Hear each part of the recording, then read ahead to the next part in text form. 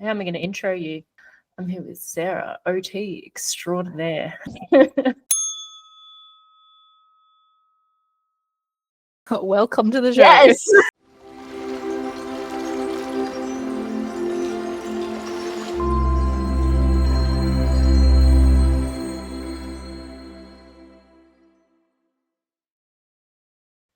Welcome. Today I'm here with Sarah Kebbi. She's our OT at Reflecting Health, and I've got the opportunity to ask her a few questions and pick her brain. So thank you for joining me, Sarah. Thanks, Jackie. Thanks for having me on. It's always nice to have a bit of a chat. Yeah, that would be nice. So, Sarah, not many people know, what is an OT? I get asked that question a lot, and over the time, I think I've kind of come up with my own definition of what an occupational therapy is. Essentially, if you think about all the things that you do in your life, starting from waking up in the morning, getting out of bed, having a shower, getting dressed, essentially, I help people get back to doing those things after they've sustained either an injury or some form of disability. And I help them get back to their daily routines and what we call, I guess, occupations, so that they can then get on with their daily lives and be able to, get what they need to do done. And for different people, that might look differently. So it might be teaching somebody how to do a task all over again, or it might be giving them some equipment to make it a little bit easier to do the task, or setting up the environment in a different way so that they can then still do the task on their own. Yes, essentially that's what an OT does in a nutshell. Yeah, cool. What's your favorite part of being an OT? I think seeing the faces on people when they realize they couldn't, well, when they can get back to doing what they wanted to do because of whatever reason for example, today I had a client who really wanted to be able to tie up her hair on her own. And she has just some fine motor issues, so her fingers don't work really well in terms of being able to hold the hair tie and loop it around her hair. And so part of our process was breaking down what hair tying might look like into the little steps of gathering the hair, then putting the tie around, then looping it, and putting that into an instruction sheet. And today was the first time she was able to do that all on her own without the instruction sheet or without me helping her or anything like that. And just the fact, the smile that she had on her face to be like, I can tie my hair on my own, that I really enjoy seeing that. And that's what really makes, coming to work for me and seeing my clients, that moment where I can do this or I've done it is, really, really rewarding. I love that, because there's so much that we take for granted. I think like being able to tie our own hair up or look after ourselves until something happens, and it could be something unexpected as well. And I think I also really enjoy a bit of a challenge. So for her, it was trying to figure out how to do it with the kind of issues that she had particular to her disability, and figuring out, okay, how do we problem solve this? How can we work around this? What can we do to make it a little bit easier, or those sorts of things. And I think sometimes that in itself is a bit of a challenge. And I think that's where OTs really excel at, is trying to really problem solve and come up with some creative strategies around, how can we get this client to do this particular task? And, doesn't have to be perfect, but get them doing it at least. Yeah, absolutely.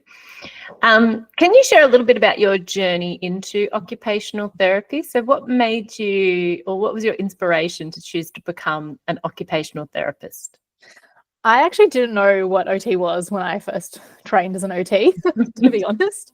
I kind of fell into it. I was actually studying to be an engineer and realized that that was definitely not what I wanted to do. And I ended up taking a gap year off after school, and pretty much went through the entire, I don't know if they call it UAC, but the UAC book, and looked at all the different careers in kind of health and science. And I kind of had a general idea of wanting to go into some sort of career that helps people. Didn't know exactly what. And I thought, what is OT? Read up a little bit about it, and I was like, oh, I'll put that down as a preference, along with, physio and speech and I think dietetics and all those kind of like health sciences.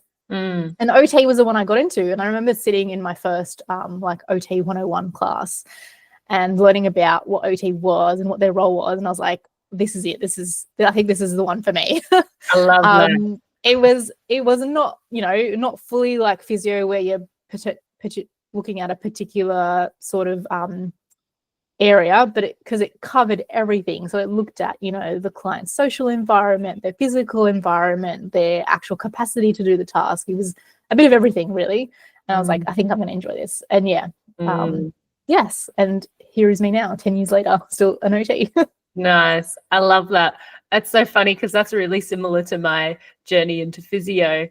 It was just like Googling, what courses are around, and I had no idea what a physio was. Yeah. I'm sitting in my first lecture and you're learning what a physio is. Yeah, it's so funny. Like, it's really hard. Like when you finish school, like you kind of don't really know what you want to do. Like you kind of have a general idea, but until you kind of are actually in that role, it's like, okay, yes, this is what I want to do, or this is not what I want to do. But for me, OT, it was, that's exactly what after I found out what it actually entailed, and attending some of the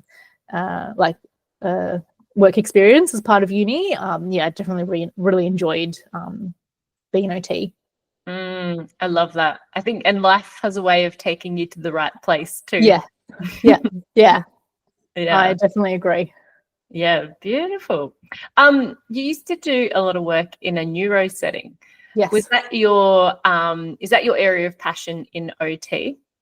It is. So neurological disabilities are a particular interest that I have. So that's looking at working with clients who've sustained a traumatic brain injury, a spinal cord injury, potentially after an accident, or somebody who's sustained a stroke or has something like Parkinson's. So they're what we call your neurological impairments, or clients with a neurological impairment. And that really fascinated me, particularly, again, kind of relating to the moments where you see clients make so much progress. I think the biggest thing for me was, clients coming in after they've had, a brain injury or a stroke and not being able to use their dominant hand anymore. And then after some intensive rehabilitation, finally being able to hold a cup to drink or feed themselves. And that's what I really loved about working with those types of clients is, you see them put in the hard work, and, the body has a miraculous way of, the brain has a miraculous way of healing itself. And just being able to see that over time, I think is quite amazing. And that, also entails things like, not just the physical aspect, but, remembering how to have a shower and teaching people how to remember what step is first and what step is second. And after seeing, again, doing lots of intensive practice with particular clients, finally seeing them be able to remember how to have a shower on their own is, just amazing. And just, it just really interests me about how the brain works and how it heals itself and how it compensates. And it's just really cool. How cool is the brain? I agree. Yeah. I love so you. Cool. Absolutely. So what are your favorite kind of conditions and things to work with, or your favorite sort of niche within that, I suppose? Yeah, so I think looking at clients who potentially have some sort of physical impairment, so whether that's like weakness on one side of their body or particular weakness in their hands, which means that they can't use that particular limb. So being able to give them some exercises to be able to then facilitate them using that hand for a particular task. And also the kind of cognitive or mental side of things. So, remembering how to do something, or figuring out, for example, trying to make a cup of coffee and not realizing that they've forgot to switch the kettle on, like being able to teach someone to remember those steps. Sarah, I think I've done that before. Maybe you need to see an OT. Right. Just being able to teach someone how to remember those basic thinking skills, which I think a lot of us take for granted. Being able to make sure that a client, checks left and right before they cross the road, and they know what they're looking for when they cross the street. Those basic, really safety tasks that, is very automatic for your everyday person, that somebody with a neurological impairment has to relearn all of that. And just being able to give them the skills to teach that, I think, is really rewarding. I also quite like the physical aspect to it. So I do a lot of equipment prescription in my role. So setting up clients with quite custom, wheelchairs or bathing equipment or electric beds. I think, I really enjoy doing that equipment stuff. It's really nice to see, clients be able to do a task that's a bit adapted with some of the equipment they can use. So yeah, I feel like I can call myself a bit of an equipment guru. I've done heaps of equipment prescriptions. But yeah, I enjoy doing that too. So it's probably kind of my niche areas that I like to work in. I love that. I think you touched on it before, but can you give some examples? What are neurological impairments? Like, what are the conditions that you see and that you're talking about here? Yeah, so as I mentioned, for example, like a person who might present with a traumatic brain injury after they've, for example, either been hit by a car or had a fall and have had some sort of trauma to the head or the brain. What that might look like is, always thing I look at is where kind of the brain damage occurred. So what kind of lobe it occurred, and what are the functions of those lobes? So obviously, if you look at the different lobes and what functions they portray, each area has a different kind of role it plays in our day-to-day functioning. So there are particular lobes that are in charge of like your vision, some are in charge of your problem-solving skills, some are in charge of your language and how you express yourself or understand others. There's a part of your lobe that is also in terms of your attention, so being able to maintain your attention for the duration of a task. So it's always important to look at where the injury occurred, and that can apply to people who have had a stroke as well. So that's also a form of brain injury. It's just a different way they've sustained the brain injury, so it's not traumatic, it's more because of a medical condition. And then once you kind of figure that out, it'll kind of give you an indication of where they might have some issues. So they might have issues with their memory skills, they might have some issues with being able to express themselves, or it might be physical, like they might, so depending on what part of the brain is injured, like they might have some problems being able to use their hand or their leg or being able to sit up straight. Or they might have some vision issues where they can't see everything in their visual field. So they might be able to only see like half the picture, or they might only be able to see, because your vision is kind of broken up into 4 quadrants. So they might be able to see only out of one particular quadrant. And so part of our role is to try to figure out, where are the issues, what are they impacting? And then we can kind of then build recommend like a treatment strategy or a rehab strategy based on that. For clients with spinal cord injuries, again, could it be traumatic after, a fall or some sort of accident, where the brain and the spinal cord, the messages are not getting through. And so we always look at where the level of the spinal cord injury. So there's different levels of your spinal cord. So that starts from kind of like the base of your neck and it kind of ends at your tailbone. And it's divided up into about 4 or 5 sections. And each section, I guess, controls certain levels of your body. So if you damage something quite higher up your neck, you're more likely to have damage from the neck down. If you damage something quite in the middle of your back, that's probably where you'll have your injuries as well, from the middle of your back down, but then your top half of your body might be okay. And we kind of work with the doctors to see, they do particular testing to see where the level of injury is and what functions have been affected. But the same sort of process still applies. We figure out where's been affected, what does that mean in terms of a day-to-day thing. So like, does it mean I can still use my hands? Does it mean I can still use my legs? Can I still go to the toilet? Those sorts of things. And once we figure that out, then we can then kind of start working on some rehab strategies. Yeah, awesome. That's so interesting. I love what you're saying about the vision and people can only see half of their vision or something. Yeah. Does that mean there's something wrong with their eye, or is that just their brain? Yeah, it could be. Yeah, it could be both. It could be one or the other. It could be like some clients I've had what we call a neglect.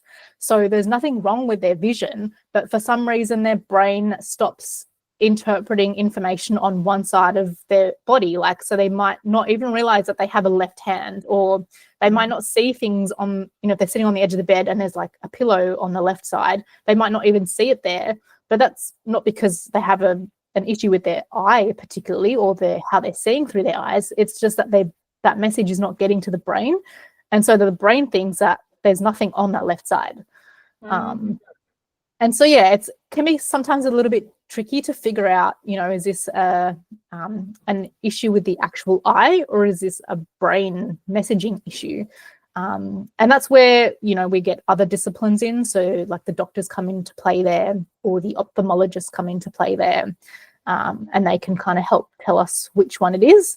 And then based on that information, we can then start to build our interventions. Because, yeah, depending on what the injury is will dictate which way we go with our interventions. Yeah, that's so fascinating. I love that. It is very fascinating, yeah. And and it's really interesting, like no two injuries are the same. Like somebody on paper can present with the same injury, but their symptoms might look very different. Yeah, absolutely. And you're not just an OT, Sarah, you've done some further study in functional medicine too. Yes, I just finished doing a course in functional medicine. So that's been a really good journey, and I've really enjoyed that, and hoping to start putting that into practice at Reflecting Health. So something to look out for at Reflecting Health. What is functional medicine? I think to me, functional medicine so it's not like your traditional medicine where you go to a doctor and they prescribe something for you based on some of the symptoms you have. I think functional medicine really is a way of life. And it's looking at how you change your lifestyle or your diet or the way you go about interacting in the environment to optimize your health. And that could mean different things for different people. It could mean like things that they eat. It could be exercise that they start to incorporate. It could be looking at some of the toxins that they want to get rid of in their physical environment or in their body potentially.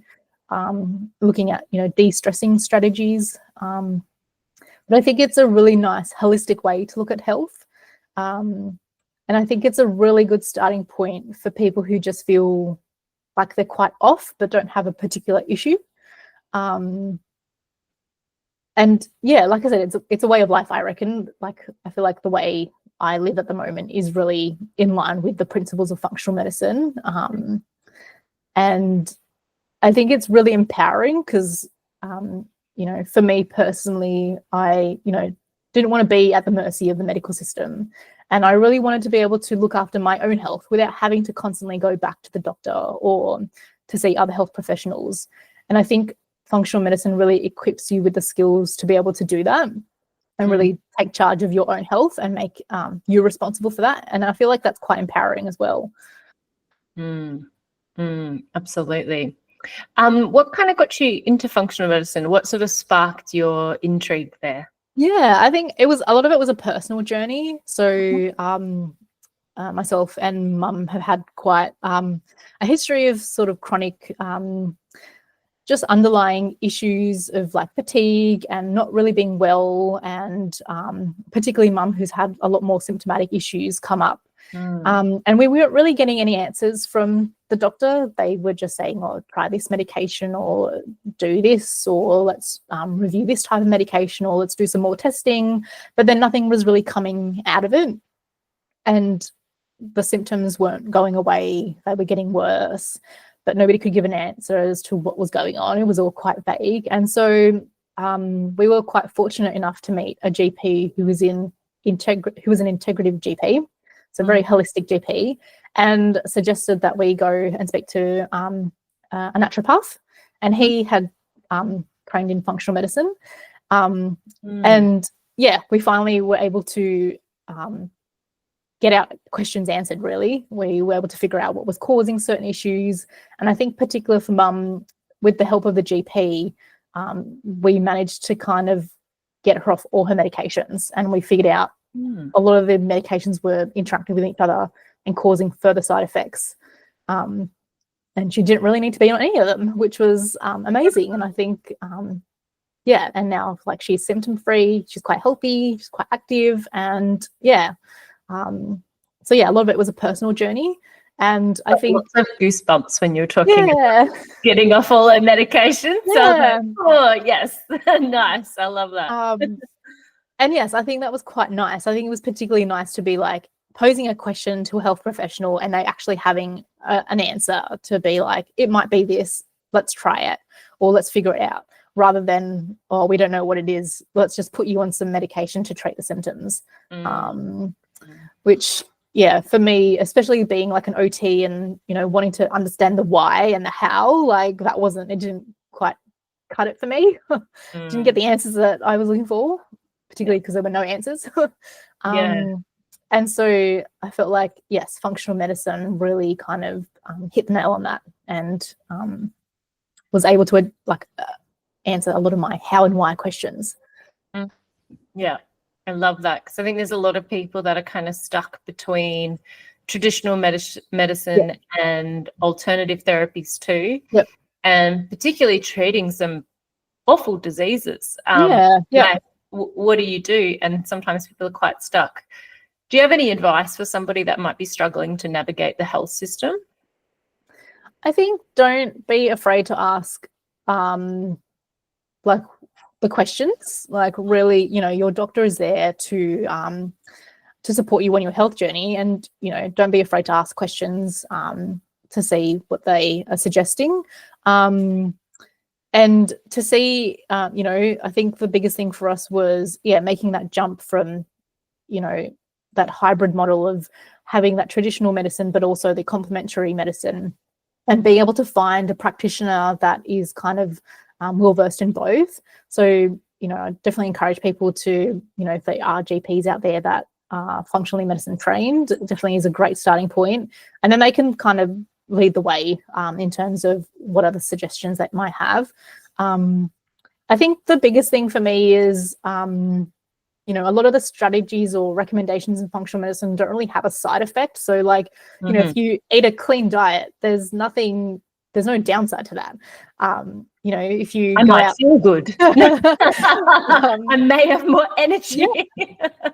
If you go out for a walk or do some mindfulness, all of those strategies don't have side effects. So I think it's worth having that conversation of, is there things that I can do that, I can incorporate into my daily routine that, are not going to really, affect me in a negative way, essentially. Yeah, absolutely. How do you, what are your sort of personal habits and practices that kind of help your health, but also help to shape you as a person? Yeah, I think I'm really big on exercise. So that's a big part of my routine. So at least 3 to 4 times a week, I will be doing something, whether that's going for a walk or going to boot camp or going to like a Pilates class. I like to vary it up because I get bored. Or going for a run. So yeah, at least trying to do at least a minimum of 20 minutes, something just to get me out of the house. I think is a big part of my routine. Staying hydrated and with water, so not with other drinks. I think that's a big one as well. And I think a lot of getting into nature, so doing a lot of grounding, because I work from home and at my desk a lot of the time, and I'm surrounded by, sitting down or at my computer. I think it's really nice to be in touch with nature, and I think we kind of forget that. And just being able to stand outside, be in the sun, take some fresh air in is always quite nice. So I always try to incorporate that during the day. And just, eating healthy, which is like eating whole foods. So not eating ultra processed foods. So I'm really mindful of the things that I buy at the shops. try and do more shopping at like farmers markets where I can. So, you know, supporting local produce as well, which is always helpful. And I know then the quality that I'm getting is amazing quality. Those probably would be the core things. Yeah, absolutely. And can you tell me about your religion, your spiritual practice? So I'm of Islamic faith, and it's a very spiritual religion. I think it ties really well into functional medicine because we have our own kind of, we call it prophetic medicine, which is what, so our Prophet Muhammad had his own kind of version of natural or complementary medicine. And so that was handed down to us in our teachings. And a lot of that is incorporated into my life as well. So, you know, things like using honey for like a sore throat or, you know, being outside and in touch with nature, that's all very like in our religion. And sorry, I can't remember where I was going with this. But yeah, like, yes, I think part of health is also having a bit of a spiritual side. And I, you know, it doesn't have to be religion for some people. For me, it is. But I think it's important to have that spiritual nature as part of your overall health, because I think it's not just the physical, you know, eating, exercising, but it's definitely also the mental and being able to, you know, step away and have some sort of connection with the other, whatever that might be for different people. For me, it's religion. It's a way for me to connect to God and to, you know, de-stress and have faith, especially, you know, if there are certain things going on that's really stressful, and it's like, I know that I will be looked after. And I know that there's faith in that, you know, things will get better. And it's not always going to be like this. And I think, yeah, like I think a lot of people are missing that connection. Like it doesn't, like I said, it doesn't have to be religion, but that spiritual connection of, you know, like a higher being or an other or something spiritual, I think is really important to have, because it gives you hope, and which is really important for people. I think it's important for people to have hope. Yeah, I agree. Goosebumps again. No, we're on the right track. Yeah, like minds. Yeah, absolutely.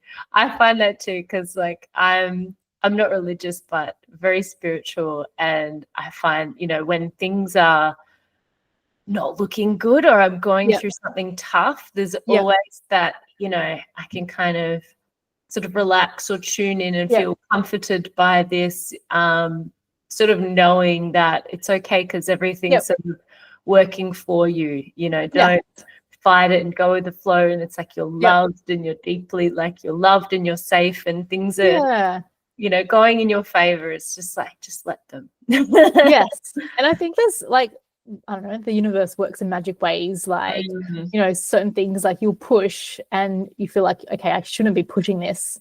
And then, you know, out of the blue, some other opportunity will open up, and it's like you never imagined in your wildest dreams that this is the opportunity. And it actually, you know, was great that the other thing didn't work out, because now there's this better opportunity. And like, how do you explain that? You can't really explain that. Like, it's just, just something higher on going up. I don't know, out there. That's like I feel like that gut feeling, people need to listen to that a lot more. Absolutely. And we all have it, don't we? You know, we're trying to push towards something and it's not working and it doesn't feel right, and it feels like just anxious or blocked or whatever. And then you let that go, and then you're like, like you said, out of nowhere, usually there's another open door, and you're like, well, thank God I didn't keep pushing this way. And it's like I use that as like, I like take those feelings and then I kind of interpret it or extrapolate it in a religious way, but other people might extrapolate it differently. But I guess that's what I've been taught in our religion, and that's kind of what we follow. And I think part of our religion is, you know, like not being too engrossed in this world. I think we get too engrossed in like the physical world, and that, you know, can really drain us. And I think having that kind of spiritual world that we can then connect to is really important as well. Yeah, absolutely. And they can stop you letting go of something that might not be working for you too. that's helpful for your image, or you think you'll get respect for this or whatever. If you're not so connected to how other people sort of perceive you or that, then you can let those things go. Yeah, exactly. Beautiful. What are your big goals in life? And that's an open question, so that can be professionally or personally, or where do you really want to get to? I think a really big goal for me is trying to I really want people to know about functional medicine. I think it's just had such a big impact for me. Being able to then I kind of incorporate that into my professional practice, and then being able to then offer that as a service, I think is a really big goal. And what that looks like in the future, I'm not too sure, but I definitely that's I think a big part of my professional life, because I think it's helped me in such profound ways personally. It's too good to keep secret. I think everyone needs to know about this. So that's one of my big goals, is to be able to hopefully provide some sort of service that entails functional medicine to anybody that is open to it. I think another big goal for me is really trying to get back in touch with nature. And I'm a big gardener. I love growing fruit and veg in the backyard, but I would like to do that on a bigger scale if I can, maybe one day, who knows. But I think that's like I really enjoy disconnecting with the world and being able to connect with the natural world. I think it's really nice. And I find I don't have time at the moment. I think that's really like annoying, but I think a big goal for me is to be able to incorporate that more into my life. And not just be focused on working and whatever social pressures we have, but being able to then have time for the things that we enjoy, I think is something I always like to work on. I think a lot of people can relate to that. It's the dream, isn't it? Being able to like do what you love. Absolutely. But being able to do that in a more balanced approach, I think is nice, because realistically, we can't stop working. Like you need to go to work, and I enjoy going to work. But I also want to be able to do things that are outside of that. Yeah, beautiful. Any last insights you would love to share? Put me on the spot with that one, didn't you? I know. I think if people, I guess, wanting to look at improving their health and well-being, whether that's more energy or better sleep, I think give functional medicine a go. Like, there's no real downsides to it. I think people should start asking the questions of what else is there, what else is on offer that can better my health. And I think it's important for people to realize that they're responsible for their health. Like, you're in the driver's seat. It's your health. It's your body. Do everything like possible to make it the best place that you're going to live in. And I think, I'd encourage people to explore that kind of side of medicine or health, because, it's really eye-opening. And I think people will see a lot of benefit from it. I think that's such good advice, because so often we are just passive in our own healthcare because we think it's too complicated and it's too difficult to navigate. Like, you need a degree to navigate health. You don't. There's so much information out there, and you can absolutely do your own research. There's research papers available for everybody to read.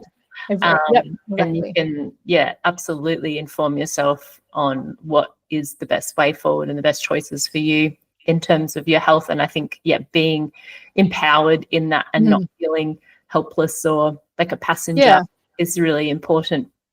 I think it's also nice to be open to a little bit of like trial and error. So I know for me, like, for example, like trying to figure out what's the best diet for me, like people can give me advice on that, but I'm only going to know unless I trial different things and see which ones make me feel good and what makes me not feel good. And so I think, people should get a bit creative, explore a few things, it's not going to hurt, trying different diets or different types of exercise regimes, or, different like little health hacks, can always be a little bit fun. And then, if, you might stumble upon something that works amazing, and you never would have known that if you hadn't experimented. Yep, absolutely. And diet's one of those things I find so many people are really dismissive of the impact that what you eat has on your health and the way that you feel. And not just in terms of energy, but, mental health and happiness and fulfillment. Definitely. And just diet will make a huge impact. My dad, actually, he was diagnosed with type 2 diabetes. It was probably about 15 years ago now. Yeah, wow. And that was when I was looking at paleo and getting into that. And I was like, Dad, get on the paleo diet. Have a look at this.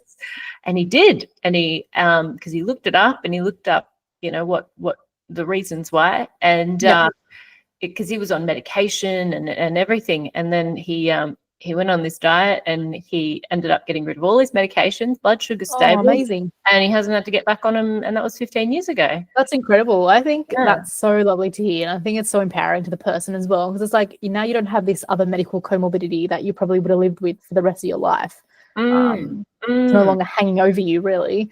And like quite simple changes, like you said, just changing your diet. I think it's dismissed because it is so simple. You know, what impact could that have? I remember watching a TV show. I can't remember what it was, but they were like, "You are what you eat." I'm like, "That's so true. You are what you eat." Literally, your cells are made of the food that you put in your body. They're constantly dying and getting replaced, and they're being replaced with the bits that you put in to, building blocks for literally 100%. Your whole body. Yeah, it's quite amazing, isn't it? Well, thank you, Sarah. I have very much enjoyed picking your brain and having a really good chat. That's okay. Thank you. Thanks for having a chat. Yeah, that's all right. I'm so grateful for this. I'm so grateful for you, because I just think you're one of those human beings that I really love. You are so genuine, so kind. All of your clients love you. All of us love you. I think you're just such a beautiful human. You genuinely want to help others and just be the best person, and I think you have well and truly achieved that. Thanks, Jackie. Well, I really enjoy working with you as well. It's definitely the highlight of my career is being part of Reflecting Health, to be able to have a space where I can practice with the clients that I enjoy working with, and being in a really supportive environment, I think is amazing. Like, it's not every day you get to actually love where you work, but I love where I work. Awesome. Lovely. Thank you, Sarah. Thanks, Jackie.